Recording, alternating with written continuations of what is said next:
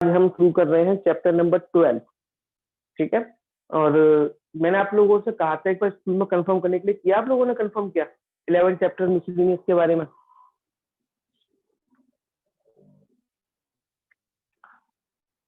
कोई बात नहीं, आराम से कल नहीं किया तो कोई दिक्कत नहीं है, आराम से पूछ लेना। अगर कहेंगे करवा दी है तो करवा दूंगा। तो कुछ कल स्कूल के बच्चों ने मना किया था मुझे कि सर कटवा, स्कूल में कटवा दिया है, इसलिए कोई बात नहीं। अगर स्कूलों में आएगा तो मैं अलग से करवा दूंगा दोबारा से, है ना। एक एक्सरसाइज है बस एक दिन की। तो आज मैं आपको नया चैप्टर स्टार्ट कर रहा हूँ, चैप्टर नंबर 12। और इस चैप्टर में कुछ भी नहीं कटा है, ये पूरा चैप्टर है। चैप्टर 12, 13 पूरा पूरा है, ठीक है। तो चैप्टर नंबर 12 का नाम है बेटा introduction of 3 dimensional geometry, 3D geometry, उसको इंट्रोडक्शन। तो अब 3D शॉर्ट में लिख देते हैं, 3D ज्योमेट्री। अब तक जो भी हम पढ़ते थे वो 2 डायमेंशनल ज्योमेट्री थी। अब जो मैं शुरू कर रहा हूँ इसका नाम है 3 डायमेंशनल ज्योमेट्री, 3D। अब बेटा ध्यान से सुनना जरा मेरी बात। 3D, क्या आपने 3D मूवीज के बारे में सुना है कभी? 3D मूवीज के बारे में बेटा? Yes sir. क्या होती है 3D मूवी बेटा, कौन बताएगा? 3D मूवीज में क्या डिफरेंस होता है नॉर्मल मूवीज से? क्यों उन्हें 3D मूवी कहा जाता है? तो बच्चा बता सकते हैं मुझे?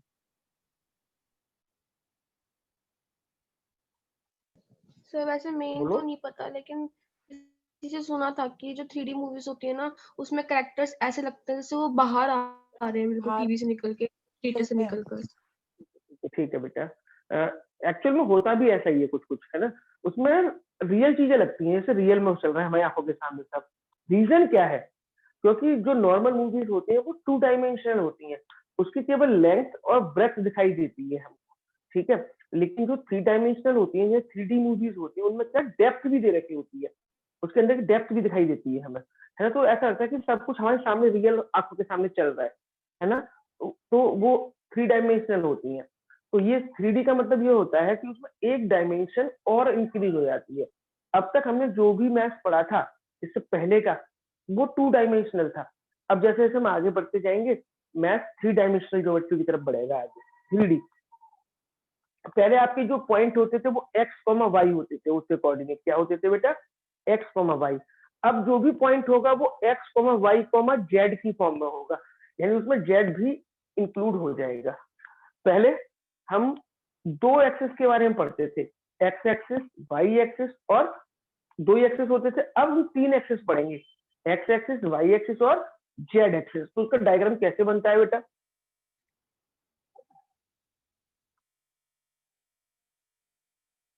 ये होता है बेटा हमारा, ये मान लो एक्स एक्सिस है, ये वाई एक्सिस है, और ये वाला क्या होगा बेटा हमारा? Z axis. अब 3 एक्सिस इंक्लूड हो गए, ये वाई एक्सिस, ये एक्स एक्सिस, और ये वाला बेटा हमारा जेड एक्सिस, ठीक है। इस तरीके का डायग्राम बनता है हमारा, 3 axis, x axis, y axis और ये जेड एक्सिस होता है। और ये बेटा हमारा क्या होता है? ऑरिजिन। ये तो सबके लिए पता ही है, ऑरिजिन, ठीक है। अब जैसे आपने पढ़ा था अब तक मैथ्स में कि एक्स एक्सिस पे, कि अगर मैं एक्स एक्सिस से पूछूं वाई की वैल्यू क्या होती है, एक्स एक्सिस पे तो बच्चे बोलते थे सर एक्स एक्सिस पे वाई की वैल्यू 0 होती है। तो अभी भी वही है, अगर मैं कोई पॉइंट एक्स एक्सिस पे पूछूंगा तो एक्स एक्सिस पे वाई और जेड दोनों 0 होंगे। तो पॉइंट क्या होगा? एक्स कॉमा 0 0, ठीक है ना। अगर मैं वाई एक्सिस पे पूछूंगा कि बेटा वाई एक्सिस पे कोई पॉइंट है, तो आप कहेंगे वाई एक्सिस पे अगर कोई पॉइंट है तो सर एक्स की वैल्यू 0 और जेड की वैल्यू 0 होगी। वाई एक्सिस पे एक्स और जेड दोनों 0 होते हैं। और अगर बेटा मैं जेड एक्सिस की बात करूं तो बेटा जेड एक्सिस पे क्या होगा? जेड एक्सिस पर एक्स और वाई दोनों 0 होंगे। यहां तक बताओ बेटा, कोई प्रॉब्लम है किसी बच्चे को? एक्स एक्सिस पर जेड 0 होते हैं, वाई एक्सिस पर एक्स और जेड 0 होते हैं, जेड एक्सिस पर एक्स और वाई 0 होते हैं, ठीक है। अब अगर सपोज करो एक प्लेन, प्लेन का मतलब होता है कोई सरफेस, है ना। अगर मैंने कोई प्लेन एक्स और वाई एक्सिस के बीच में बना दिया, ये कोई प्लेन बना दिया मैंने, है ना, एक्स और वाई एक्सिस के बीच में, तो इस प्लेन का नाम होगा एक्स बाई प्लेन। क्या नाम होगा बेटा इसका? एक्स बाई प्लेन, क्योंकि ये एक्स एक्सिस और वाई एक्सिस के बीच में बना हुआ है, तो इस प्लेन का नाम क्या होगा बेटा, एक्स वाई प्लेन। और ये एक्स वाई प्लेन है, ये एक्स वाई प्लेन है, तो इसमें इसका जो पॉइंट है वो पॉइंट में जेड की वैल्यू क्या हो जाएगी बेटा, जीरो। जेड क्या हो जाएगा बेटा आपका, जीरो, क्योंकि एक्स वाई प्लेन, तो इसमें जेड क्या होगा हमारा, जीरो। और अगर कोई प्लेन वाई और जेड के बीच में बना हुआ है तो उस प्लेन का नाम होगा वाई जेड प्लेन। क्या नाम होगा बेटा उसका, वाई जेड प्लेन, है ना। नीचे वाले प्लेन का नाम तो एक्स वाई प्लेन, ऊपर वाले नाम का, ऊपर का क्या नाम होगा, वाई जेड प्लेन। और अगर मैं वाई जेड प्लेन पर कोई पॉइंट पूछूं तो आप कहेंगे सर वाई जेड प्लेन है, तो इस पॉइंट वाई जेड प्लेन पर एक्स की वैल्यू क्या होगी, जीरो होगी। ऐसे तीसरा वाला प्लेन, अगर एक्स और जेड के बीच में बन रहा है, एक्स और जेड के बीच में कोई प्लेन बन रहा है, एक्स और जेड के बीच में, तो उस प्लेन का नाम होगा एक्स जेड प्लेन। क्या नाम होगा बेटा उसका, एक्स जेड प्लेन। और एक्स जेड प्लेन पर वाई की वैल्यू क्या हो जाएगी, जी। बोलो बेटा, यहां तक कोई डाउट किसी बच्चे को?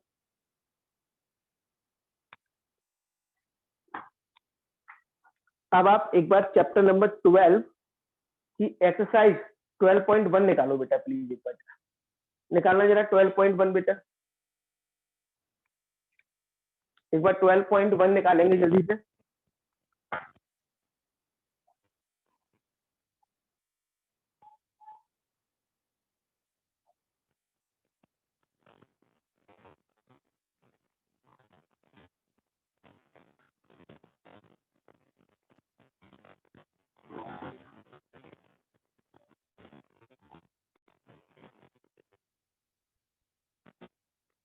निकालिए बेटा। Yes sir. फर्स्ट क्वेश्चन पढ़ के बताओ मुझे, फर्स्ट क्वेश्चन पढ़ना बेटा प्लीज, फर्स्ट क्वेश्चन पढ़ के बताओ, हो सकता है क्या? Yes sir. Yes sir. क्या होगा बेटा, फर्स्ट क्वेश्चन पढ़ो।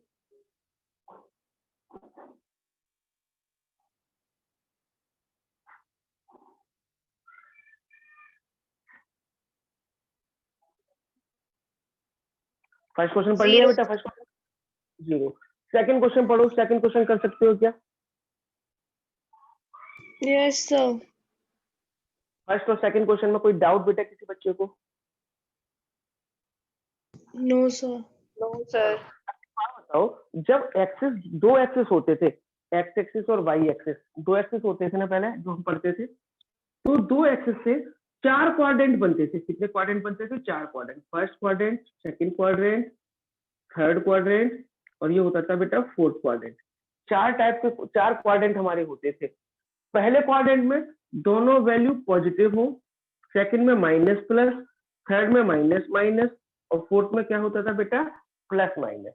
ये चलता था। यानी अगर दो एक्सिस होते थे तो हमारे दो एक्सिस से चार क्वाड्रेंट बनते थे। लेकिन जब एक्सिस हमारे तीन है, एक्स एक्सिस, वाई एक्सिस और जेड एक्सिस, तो बेटा ऑक्टेंट बनते हैं। ऑक्टेंट का मतलब क्या होता है, 8। उसके 8 पोर्शन होते हैं, है ना।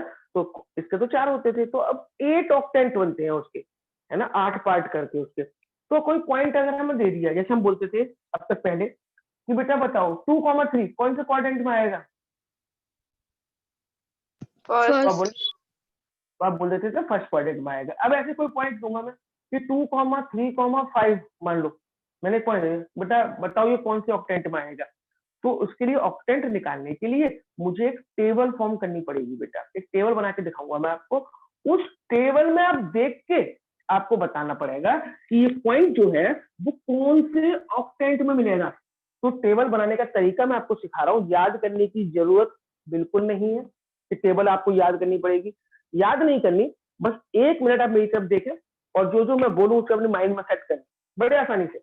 यहाँ पे लिखे एक्स वाई जेड, यहाँ पे लिखे first, second, third, fourth, fifth, six, seventh और 8। 8 नंबर हमने ऊपर लिख लिया। अब इसे बनाएंगे कैसे, टेबल को बनाना स्टार्ट करेंगे बेटा जेड से, नीचे वाली लाइन जेड के सामने। सबसे पहले अब जेड के सामने 4 प्लस लिख लें, 4 प्लस और 4 माइनस लगातार। सबसे पहले आपने जेड के आगे क्या लिखा, 4 बार प्लस के साइन और फिर 4 बार माइनस के साइन। अब आप क्या करेंगे, इसके सामने y के 2 प्लस के साइन, 2 माइनस के साइन, फिर 2 प्लस के साइन और फिर 2 माइनस के साइन। यानी सबसे पहले मैंने जेड में क्या किया, 4 प्लस 4 माइनस, फिर 2 प्लस 2 माइनस 2 प्लस 2 माइनस, फिर ऊपर वाला देखना, ऊपर वाले का खेल अलग है। सबसे पहले पहले पे और आखिरी पे प्लस का साइन लगा देना, पहले पे और आखिरी पे प्लस का साइन लगा दिया। अब प्लस के बाद 2 माइनस, 2 प्लस और 2 माइनस, ये बन गई आपकी पूरी टेबल। ठीक है बेटा, दोबारा से मैं एक बार रिपीट करता हूं मैंने क्या किया है। सबसे पहले 4 प्लस 4 माइनस, फिर 2 प्लस 2 माइनस 2 प्लस 2 माइनस, फिर ऊपर वाले एंड पे 1 प्लस पहले और 1 प्लस लास्ट में। फिर क्या किया, 2 माइनस 2 प्लस 2, इस तरीके से एक मैंने टेबल फॉर्म कर ली। अब अगर मान लो मैं आपसे पूछता हूँ कि बेटा 2, 3, -5 बताओ कौन से ऑक्टेंट में आएगा, ये हमें बताओ कि ये कौन से ऑक्टेंट में आएगा। तो देखो 2 प्लस माइनस बताना कौन सा है बेटा, ए एक्स और वाई प्लस का, ये देखो ये रहा एक्स भी प्लस का, वाई प्लस का और जेड किसका है, माइनस का है। तो आप क्या बोलेंगे, फिफ्थ ऑक्टेंट के अंदर आएगा। कौन से ऑक्टेंट में आएगा बेटा, फिफ्थ ऑक्टेंट में। अगर मैं आपसे पूछूं -5 2, -3 बताना ये कौन से ऑक्टेंट में आएगा, -5, 2, -3, पहला माइनस का, दूसरा 6, ये देखो ये बेटा, ये हम कह देंगे ये 6 ऑक्टेंट में है और ये 5th ऑक्टेंट में है। बोलो बेटा कोई दिक्कत किसी बच्चे को, चलो मतलब क्वेश्चन नंबर, से टेबल बनाना पड़ेगा बेटा बिना टेबल के कैसे याद कैसे कर पाओगे आप, ये आपने दोनों 5th और 6th बता दिए, आप आसानी से बता पाए, क्यों, क्योंकि आपके सामने टेबल थी। अगर आपके पास टेबल नहीं होती तो आप बता पाते क्या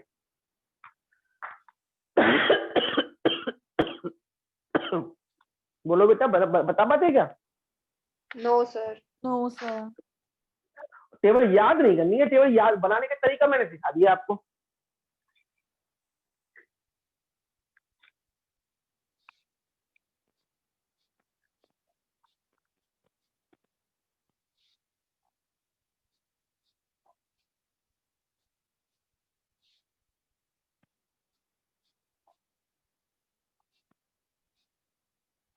क्वेश्चन नंबर 3 और क्वेश्चन नंबर बेटा 4 कर सकते हैं क्या,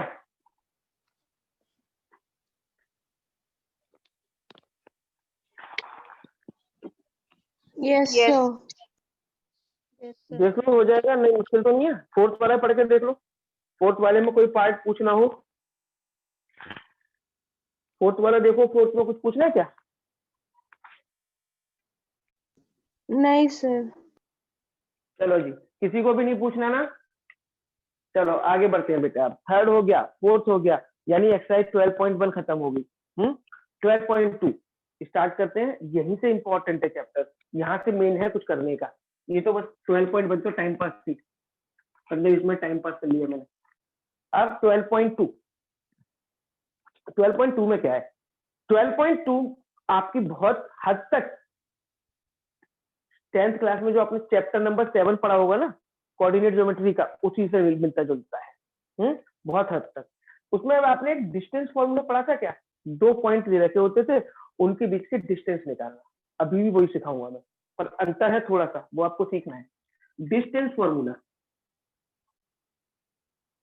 डिस्टेंस फॉर्मूला क्या होता है बेटा, डिस्टेंस फॉर्मूला ध्यान से सुनेंगे। मान लीजिए आपको कोई 2 पॉइंट दे रखे हैं, एक पॉइंट दे रखा है ए, उसके कोऑर्डिनेट है x1 y1 z1, पहले केवल 2 होते थे x1 y1, अब एक और इंक्लूड हो गया है z1। अगर मान लो एक पॉइंट दे रखा है x1 y1 z1 और एक पॉइंट दे रखा है b, उसके कोऑर्डिनेट है x2 y2 z2, यानी पहला कोऑर्डिनेट x1 y1 z1, दूसरा कोऑर्डिनेट x2 y2 z2, ये 2 दे रखे हैं बेटा। तो इन दोनों के बीच की डिस्टेंस आपको निकालनी है, 2 पॉइंट्स के बीच की डिस्टेंस आपको निकालनी है। तो 2 पॉइंट के बीच की डिस्टेंस कैसे निकालेंगे, फॉर्मूला लिखिए, A B equal to under root x2 minus x1 का होल स्क्वायर, यानी पहले में से पहला x2 माइनस x1 का whole square plus y2 minus y1 का whole square plus z2 minus z1 का whole square, x2 minus x1 का whole square plus y2 minus y1 का whole square plus z2 minus z1 का whole square. ठीक है बेटा, ये आपको फॉर्मूला अप्लाई करना है। एक क्वेश्चन में आपको पहले कराता हूँ एग्जांपल के तौर पे। जैसे मान लो एक पॉइंट दे रखा था 5 7 0 और दूसरा पॉइंट दे दिया 2 3 माइनस 1। ये दो पॉइंट बेटा मेरे सामने है, 5 7 0 2 3 माइनस 1। फाइंड द डिस्टेंस, आपको इन दोनों पॉइंट्स के बीच की डिस्टेंस आपको निकालनी है। तो ये हो गया बेटा आपका x1 y1 z1, ये हो गया x2 y2 z2, x1 y1 z1 x2 y2 z2। कैसे निकालेंगे बेटा डिस्टेंस? फॉर्मूला लगा दो, अंडर रूट 2 माइनस 5 का whole square x2 minus x1 plus y2 minus y1 3 minus 7 का स्क्वायर माइनस 1 माइनस 0 का। मैंने वैल्यू पुट कर दी। अब देखो बेटा क्या आएगा, अंडर रूट 2 माइनस 5, 2 माइनस 5 क्या होता है -3, -3 का स्क्वायर होगा 9, 3 माइनस 7, 3 माइनस 7 -4 का स्क्वायर 16, ये -1 का स्क्वायर प्लस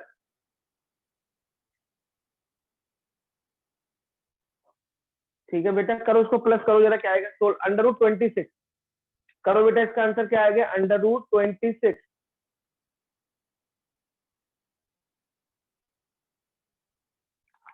16 9 25 और 1 26, तो इसका आंसर क्या आ गया मेरे बेटा? रूट 26। बोलो जी, कोई बच्चे को प्रॉब्लम? No sir. क्या इस टाइप के क्वेश्चन हो सकते हैं हमसे? यस सर, हो जाएगा। चलो question number 12.2, question number first, third part and fourth part. करो बेटा, third part and fourth part.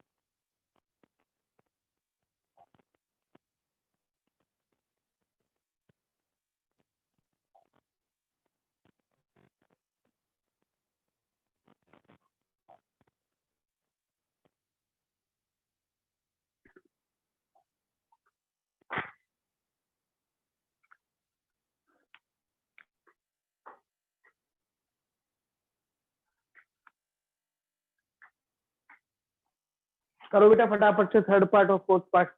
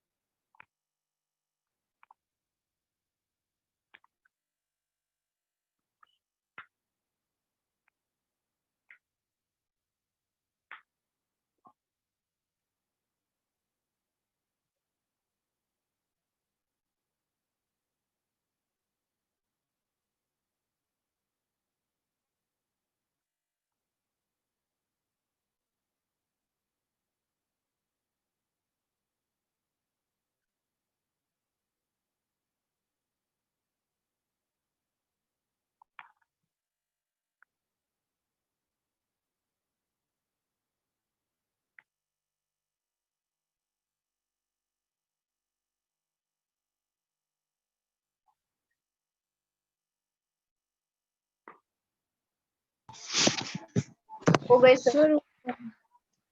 दोनों पार्ट हो गए बेटा? Yes sir. कोई मुश्किल किसी को पूछना तो नहीं है? सर ये जो क्वेश्चंस होते हैं इनमें कंप्लीटली अंडर रूट के अंदर छोड़ दें या फिर जितने पेयर बन रहे हैं उनको बाहर भी निकाल लें? हाँ बेटा, बाहर भी निकालो, जो पेयर बन रहे हैं उनको बाहर भी निकालना पड़ेगा बेटा। ठीक है सर, ठीक। चलो बेटा, क्वेश्चन नंबर सेकंड देखेंगे। क्वेश्चन नंबर सेकंड में आपको 3 पॉइंट दे रखे हैं। क्वेश्चन नंबर सेकंड में आपको 3 पॉइंट दे रखे हैं और उन 3 पॉइंट्स को कोलिनियर करके दिखाना है। क्या करके दिखाना है बेटा? कोलिनियर करके दिखाना है। वो 3 पॉइंट बेटा कौन कौन से हैं वो मैं देख रहा हूँ, इस बार जरा देख लूँ बुक में। 3 पॉइंट आपको दे रखे हैं। पहला पॉइंट मान लिया मैंने ए है, ए पॉइंट दे रखा है -2,3,5। एक पॉइंट बी है 1, 2, 3। एक पॉइंट सी है 7, 0, -1। मान लो ये 3 पॉइंट दे रखे हैं। और इन 3 पॉइंट्स को आपको क्या करना है? कोलिनियर करके दिखाना है। कोलिनियर करने के लिए आपको एक काम करना पड़ेगा बेटा कि सबसे पहले आप ए और बी के बीच की डिस्टेंस निकालें, बी और सी के बीच की डिस्टेंस निकालें और ए और सी के बीच की डिस्टेंस निकालें। करो बेटा, ए और बी के बीच की डिस्टेंस, बी और सी के बीच की डिस्टेंस और ए और सी के बीच की डिस्टेंस।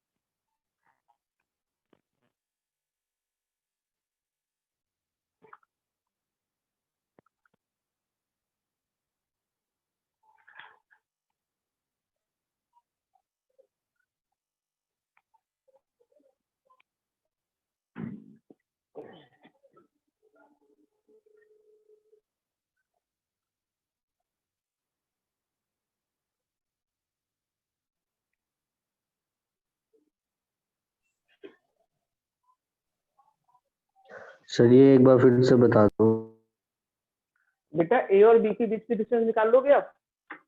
ये ए पॉइंट दे रखा है और बी पॉइंट दे रखा है, इनके बीच की डिस्टेंस निकाल सकते हैं आप?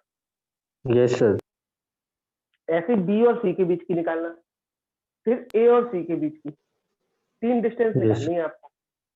ए और बी के बीच की, बी और सी के बीच की और ए और सी के बीच की।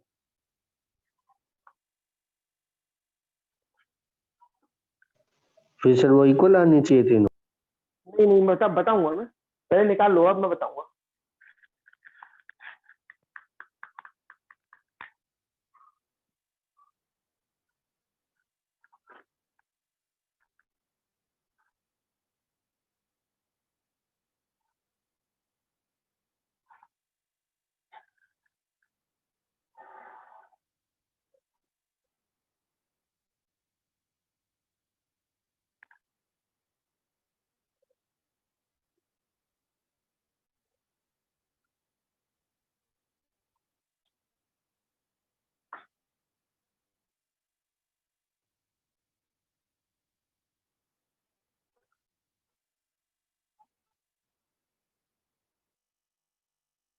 सर हो गए। सर हो गया।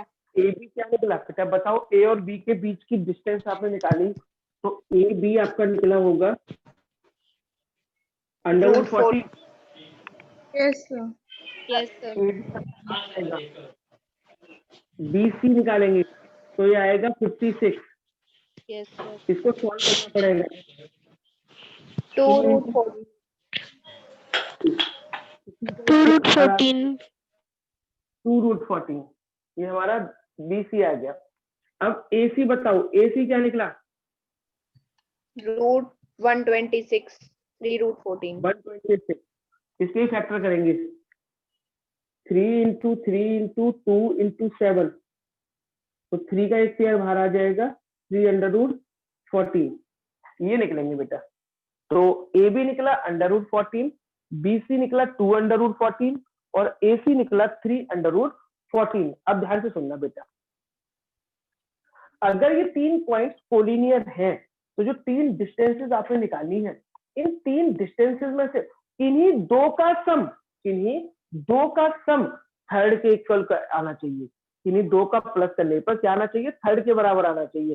तो एक मिनट जरा चेक करते हैं, AB + BC = AC। AB कितना है? √14। BC कितना है? √2√14 और AC कितना है? 3√14।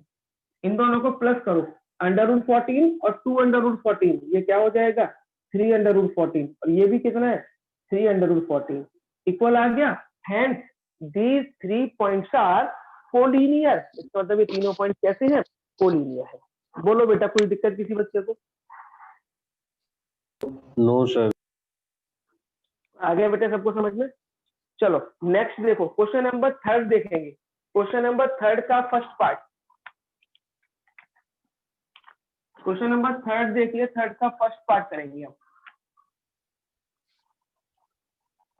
क्वेश्चन नंबर 3 है हमारा, 3 का फर्स्ट पार्ट दे रखा है आपको, यही 3 पॉइंट दे रखे हैं। ए पॉइंट आपको दे रखा है बेटा 0,7, -10। बी पॉइंट आपको दे रखा है 1,6, -6 और सी आपको दे रखा है -4,9,6 -6। ठीक है, करो बेटा। इन 3 पॉइंट्स को आइसोसेलेस ट्रायंगल बताना है। आइसोसेलेस ट्रायंगल क्या होते हैं बेटा? 2 साइड इक्वल।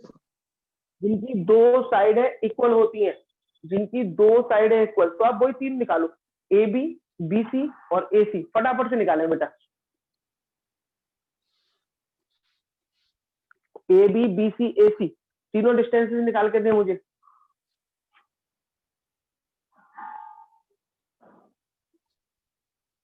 AB निकालें, BC निकालें और AC।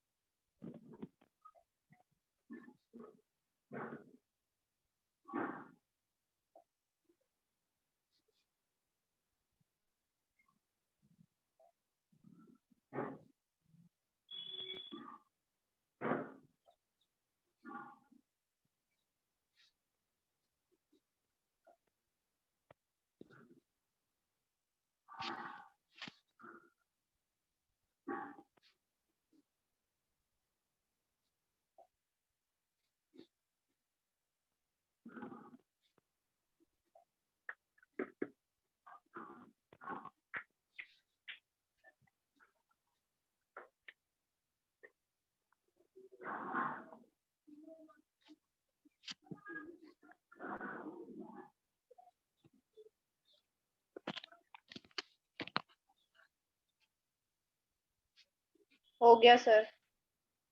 AB बोलो कितना आया? √18 3√2। 2 BC भी यही आएगा, यस सर। 3√2 और AC आएगा बेटा हमारा 6। यानी AB आ गया 3√2, BC आ गया 3√2 और AC कितना आ गया? 6। AB और BC आपस में इक्वल आए, AB = BC and therefore these points are these are the vertices of isosceles triangle। ठीक है, किसकी ट्रायंगल की साइड्स हो जाएंगी?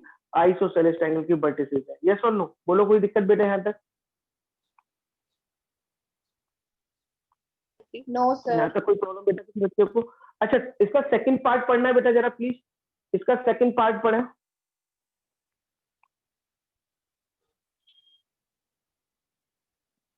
सेकंड पार्ट में 3 पॉइंट दे रखे हैं, उनको राइट ट्रायंगल का करना है। किसका करना है बेटा? राइट ट्रायंगल का। तो क्या करना है बेटा आपको, सीधे सीधे वही 3 निकालने हैं, ए बी निकालना है, बी सी निकालना है और ए सी। ए बी सी और ए सी ये तीनों आपको निकालने पड़ेंगे बेटा। तीनों निकालने के बाद जैसे ये तीनों निकल गई, अब आपको मान लो ये क्वेश्चन आइसोसेलेस ना करके राइट ट्रायंगल करना होता, क्या करना होता, राइट ट्रायंगल। तो आप देखो इन सब में तीनों में बड़ा कौन सा है, इन तीनों में बड़ा चेक करो, ये तो बड़ा से ये बड़ा है, तो बड़े वाले का स्क्वायर जो बड़ा होगा सबसे उसका स्क्वायर यानी ए सी का स्क्वायर, बाकी जो छोटे छोटे हैं ना उनके स्क्वायर के सम के बराबर आना चाहिए। कंडीशन नोट कर लो बेटा, बड़े वाले का स्क्वायर जो सब तीनों में सबसे बड़ा होगा उसका स्क्वायर छोटे छोटे दो है उनके स्क्वायर के प्लस के बराबर आना चाहिए। तो चलो पुट करके देखते हैं, ए सी कितना है 6 का स्क्वायर, ये 3√2 का स्क्वायर, ये भी 3√2 का स्क्वायर। बोलो बेटा 6 का स्क्वायर कितना होगा 36, 6 का स्क्वायर कितना होगा 36, इसका बोलो बेटा 3√2 का स्क्वायर बोलो 18, इसका स्क्वायर 9, 18 और इसका भी 18, तो 36 इक्वल टू 36। अगर इक्वल आ गया तो इसका मतलब ये राइट ट्रायंगल की वजह से। बोलो बेटा सेकंड पार्ट हो जाएगा। यस सर हो जाए। इसी तरीके से एक बार थर्ड पार्ट खुद से ट्राई करके देखना, थर्ड पार्ट बेटा खुद से ट्राई करके देखना, अगर हो जाए तो ठीक है, नहीं तो मैं कराऊंगा नेक्स्ट क्लास। थर्ड पार्ट आपको क्वेश्चन नंबर थर्ड तक कंप्लीट अपना काम करना है, फोर्थ और फिफ्थ थोड़े बड़े तो अलग टाइप के क्वेश्चन है वो हम बाद में करेंगे। तो आपको करना क्या है 12.1 12.2 ये कहाँ तक थर्ड क्वेश्चन तक, और इनसे मिलते जुलते एग्जाम्पल्स भी आप ट्राई कर सकते हैं। ये चैप्टर बहुत आसान होने वाला है बेटा, आपको बिल्कुल सिंपल चैप्टर है ना, तो उसको अच्छे से करना है बेटा। जो आसान चैप्टर है उसको तो हमें बहुत अच्छे से आनी चाहिए हमें। तो आज की क्लास में बेटा जो आपने पढ़ा उसमें कोई डाउट है किसी बच्चे को, नो सर। कुछ पूछना चाहता है कोई बच्चा, कुछ भी मेरे से कोई डाउट हो, कुछ समझ में ना आया हो, वैसे मुझे लगता नहीं कुछ मुश्किल था। ठीक है चलो बेटा फिर यहीं तक करेंगे है ना, यहाँ तक काम कंप्लीट करें बेटा, कल आगे बढ़ेंगे।